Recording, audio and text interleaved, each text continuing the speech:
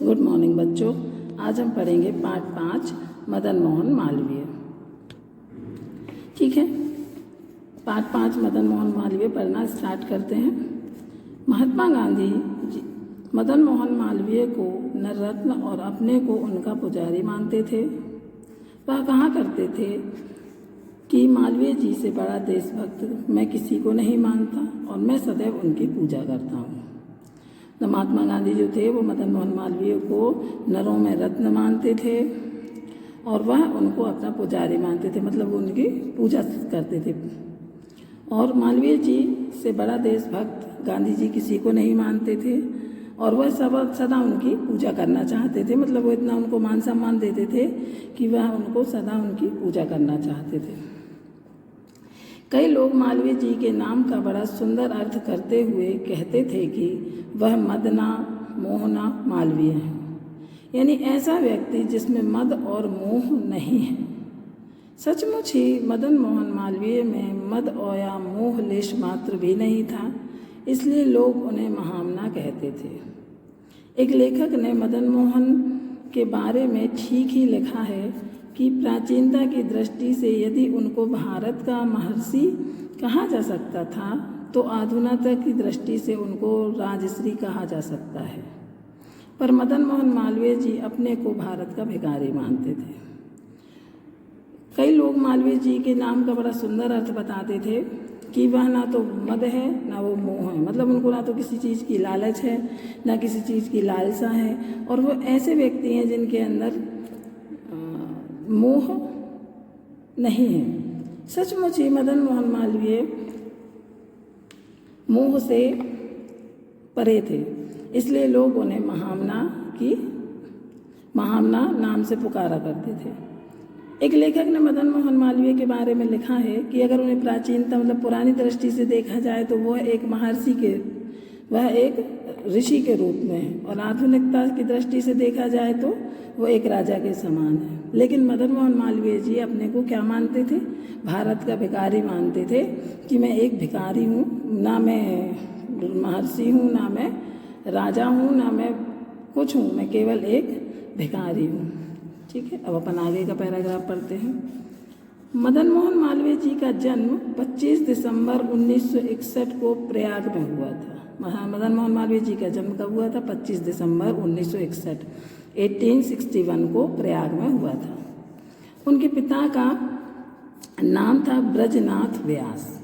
मदन मोहन मालवीय जी के पिता का नाम ब्रजनाथ व्यास था और माता का नाम था मूना देवी। ये लोग मालवा से आए थे, इसलिए मालवीय कहलाते थे।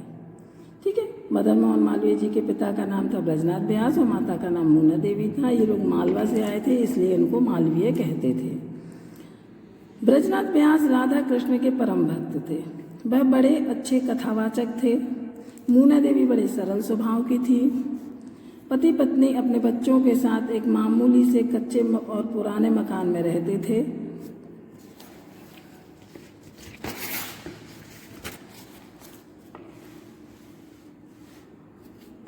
मैं श्री धर्म ज्ञानोपदेश पाठशाला थी।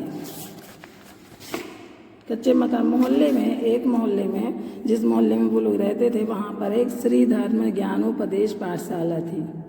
मदन मोहन मालवीय की आरंभिक शिक्षा वहीं हुई थी और पाठशाला में सनातन धर्म की शिक्षा अनिवार्य थी, जिसका बालक मदन मोहन मालवीय पर गहरा और स्थायी प्रभाव पड़ा। ठीक है, इसके बाद मदन मोहन को एक बड़े स्कूल भेजा गया। स्कूल की फीस ज़्यादा नहीं थी, पर उनके माता पिता वह भी नहीं दे सकते थे। माता के हाथ में सिर्फ चांदी का एक कड़ा था, जिसे पड़ोस के एक घर में गिरवी रखकर बच्चे की फीस देती थी। भाग्य की बात देखिए कि जिस बच्चे की पढ़ाई के लिए फीस के लाड़े पड़े रहते थे, उसने आगे चलकर हिंदू विश्वविद्यालय जैसे विशाल विद्यालय की स्थापना की, जिसमें हजारों विद्यार्थियों को विद्या दान दिया जाने लगा। ठीक है,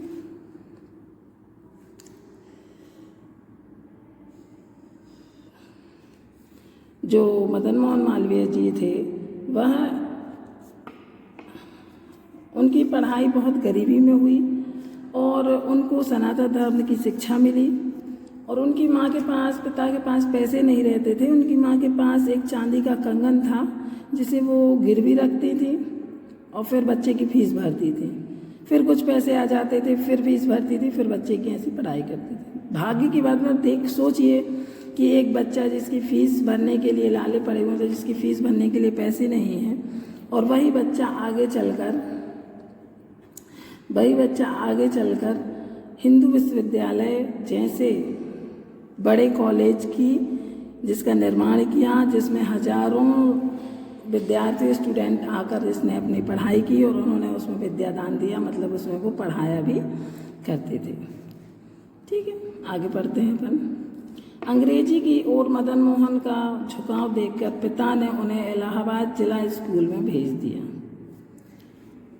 1879 में इंटर की परीक्षा पास कर मदन मोहन ने म्योर सेंट्रल कॉलेज में नाम लिखवाया और वहीं से MFA पास किया।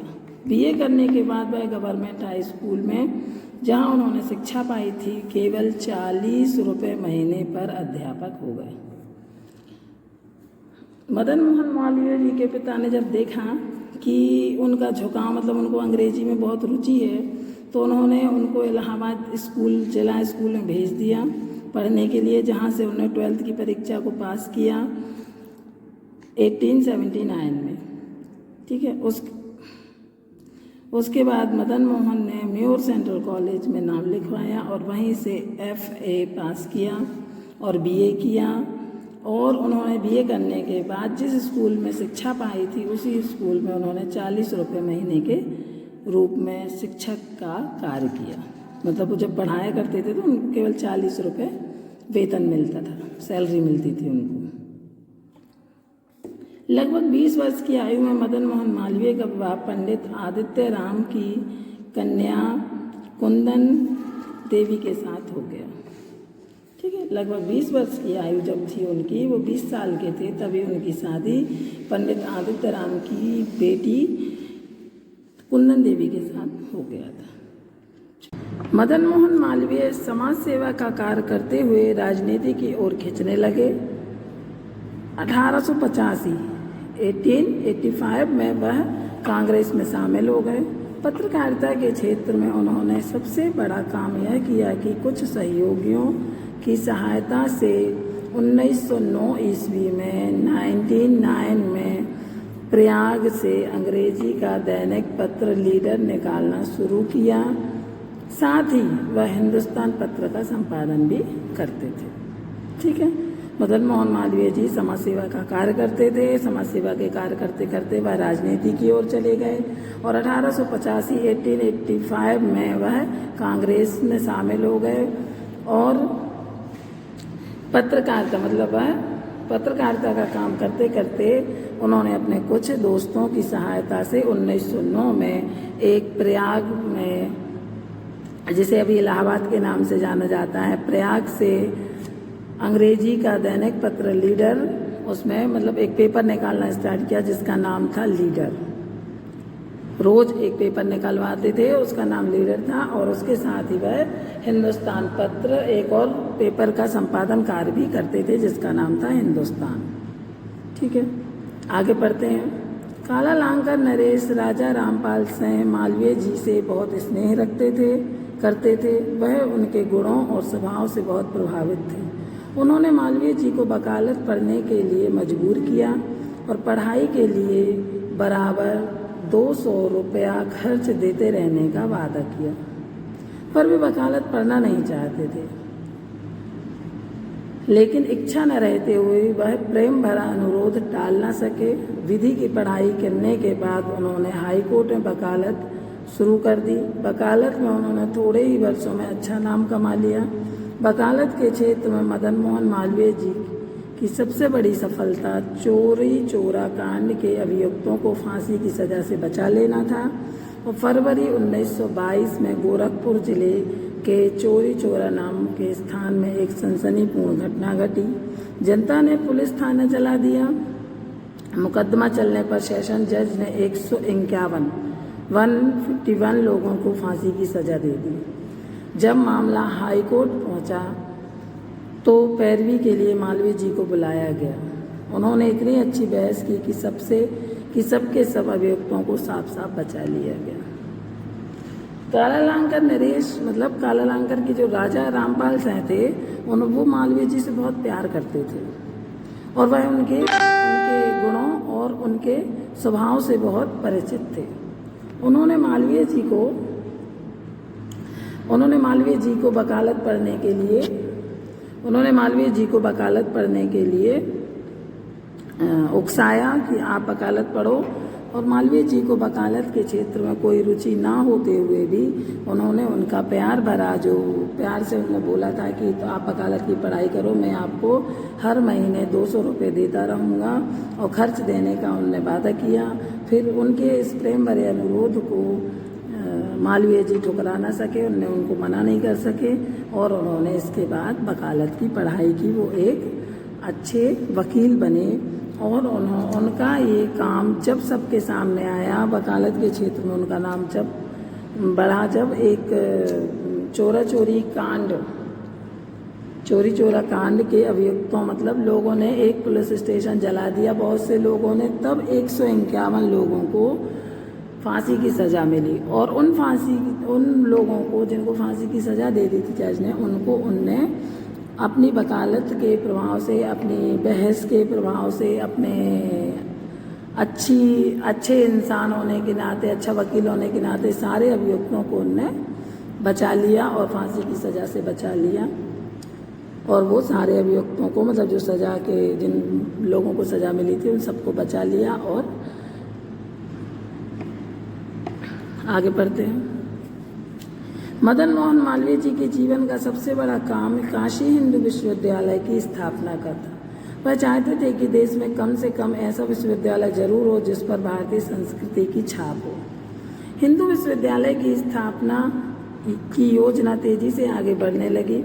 मालवीय जी विश्वविद्यालय के लिए झोली लेकर बाहर निकल पड़े, देश के कोने कोने में घूमने लगे। अंत में 4 फरवरी 1916 को बसंत पंचमी के दिन हिंदू विश्वविद्यालय की नींव रखी गई। मदन मोहन मालवीय जी ने अपने जीवन में बहुत अच्छे काम किए, लेकिन उनका सबसे बड़ा काम ये था कि उन्होंने काशी हिंदू विश्वविद्यालय की स्थापना करना चाहते थे और उन्होंने उसकी स्थापना की, और जिससे कि अपनी भारत का, अपनी जो भारतीय संस्कृति है उसका प्रभाव सब लोगों पर पड़ सके, सब लोग अपनी भारतीय संस्कृति को जान सकें। इसलिए उन्होंने हिंदू विश्वविद्यालय की स्थापना करने का सपना देखा, और इसके लिए उसको पूरा करने के लिए उन्होंने लोगों के सामने पैसे के लिए हाथ फैलाए और सबसे मदद मांगी, और उनका ये सपना 4 फरवरी 1916 को बसंत पंचमी के दिन पूरा हुआ। उस दिन हिंदू विश्वविद्यालय की नींव रखी गई, उसकी शुरुआत हुई। पूरे 20 वर्ष बाद 1919 से 1939 तक मालवीय जी विश्वविद्यालय के उपकुलपति रहे। इस विश्वविद्यालय ने बड़ी तेजी से उन्नति की और शीघ्र ही इसकी गिनती देश के प्रमुख विश्वविद्यालय में होने लगी। राजनीति के क्षेत्र में भी मदन मोहन मालवीय को काफ़ी यश मिला। वह 1909 में लाहौर कांग्रेस के और 1918 में दिल्ली कांग्रेस के प्रधान चुने गए। असहयोग आंदोलन में वह 2-4 बार जेल गए। मदन मोहन मालवीय जी ने राजनीति में बहुत नाम कमाया और 1909 में उन्होंने लाहौर कांग्रेस और 1918 में दिल्ली कांग्रेस के प्रधान मतलब उनके हेड चुने गए, और असहयोग आंदोलन में भी वो 1-2 बार जेल जा चुके थे। ठीक है, आगे पढ़ते हैं। मदन मोहन मालवीय में देश प्रेम, सच्चाई और त्याग की भावना कूट कर भरी थी। उनकी बोली में अजीब मिठास थी, उनकी वाणी बहती गंगा के समान थी, जिससे कितने ही लोगों को प्रेरणा मिली। जब वह भाषण देने लगते तो लोग मंत्रमुग्ध हो जाते थे। जिन लोगों को उनके साथ काम करने का मौका मिलता था वे उनसे प्रभावित हुए बिना न रहते थे। जैसे साफ कपड़े पहनते थे उतना ही साफ निर्मल उनका मन था। उनकी एक बड़ी खूबी यह थी कि मेहनत तो वह खुद करते थे और जब कीर्ति पाने का समय आता तो वह दूसरे लोगों का सामने कर देते थे। अपनी ख्याति से वह जहाँ तक हो सकता था बचने की कोशिश करते थे। मदन मोहन मालवीय जी हमेशा देश से प्रेम करते थे, सदा सच बोलते थे और दूसरों के लिए त्याग की भावना उनके मन में भरी रहती थी। और वह उनकी बोली में अजीब सी मिठास थी। ठीक, उनकी बोली बहुत अच्छी थी, उनकी बोली में मिठास थी। लोग उनकी बात करने के तरीके से प्रभावित हो जाते थे। वह जितना हो सके नाम प्रसिद्ध होने से बचते थे और लोग उनकी मीठी बात को, आवाज़ों को सुनकर उनसे खुश हो जाते थे, मंत्रमुग्ध हो जाते थे, मतलब बहुत प्रसन्न हो जाते थे। और जो लोग उनके साथ काम करते थे वो उन सभी लोगों से, कोई भी लोग उनसे प्रभावित हुए बिना नहीं रह पाते थे। और उनकी यह बहुत अच्छी खूबी थी कि वह जो भी मेहनत करते उसका यश नहीं लेना चाहते थे, नाम नहीं लेना चाहते थे। वो हमेशा वो यश दूसरों के ऊपर ही बोल देते थे कि ये मैंने काम नहीं किया है, ये आपने ही किया है। और हमेशा ख्याति लेने से, मतलब प्रसिद्धि लेने से बचते थे। आगे पढ़ते हैं। देश को गुलामी की जंजीरों से छुड़ाने के लिए उन्होंने बहुत कुछ किया। इसके अलावा देश के नवयुवकों के चरित्र निर्माण की ओर भी उन्होंने बहुत अधिक ध्यान दिया। वह कहा करते थे कि बच्चे के पहले 6 वर्षों में उस पर जो प्रभाव पड़ते हैं वे उसके सारे जीवन को प्रभावित करते हैं। इसलिए वह चाहते थे कि बच्चों के माता पिता उनकी आरंभिक शिक्षा की ओर सबसे अधिक ध्यान दें। युवकों की उचित शिक्षा के लिए मदन मोहन मालवीय जी ने हिंदू विश्वविद्यालय की स्थापना की और विश्वविद्यालय के उद्देश्य को स्पष्ट करते हुए उन्होंने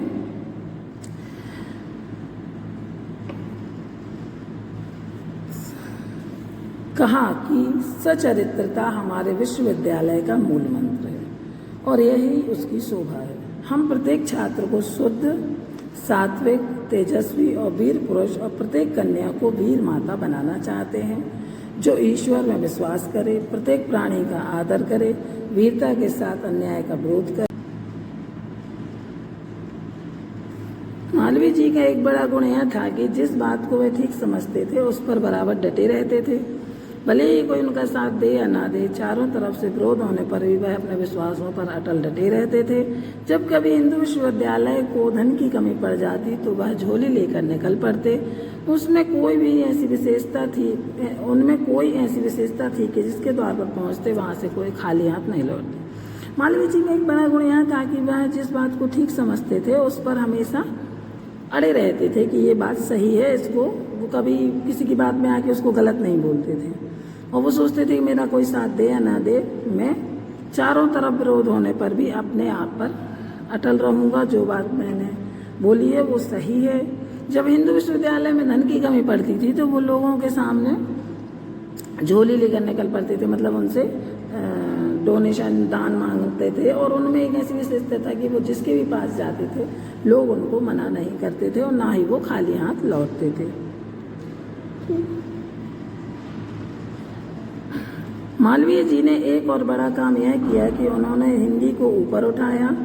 एक समय था जब अदालतों में हिंदी में अर्जी देना बड़ा कठिन काम था। उन्होंने जी तोड़ कोशिश करके अदालतों में हिंदी का प्रचार करवाया। जहाँ तक संभव होता वह हिंदी में ही भाषण देते। कई बार अंग्रेजी में पढ़े लिखे लोगों के बीच में विश्वविद्यालय की सभा में भी हिंदी बोलते थे। मतलब मालवीय जी का एक बड़ा काम ये रहा कि उन्होंने जब कोर्ट कचहरी जो होते हैं, हाई कोर्ट वगैरह होते हैं, अदालतें, उनमें इंग्लिश में ही काम होता था। तो उन्होंने हिंदी में अर्जी देना, मतलब सुनवाई, अर्जी दी।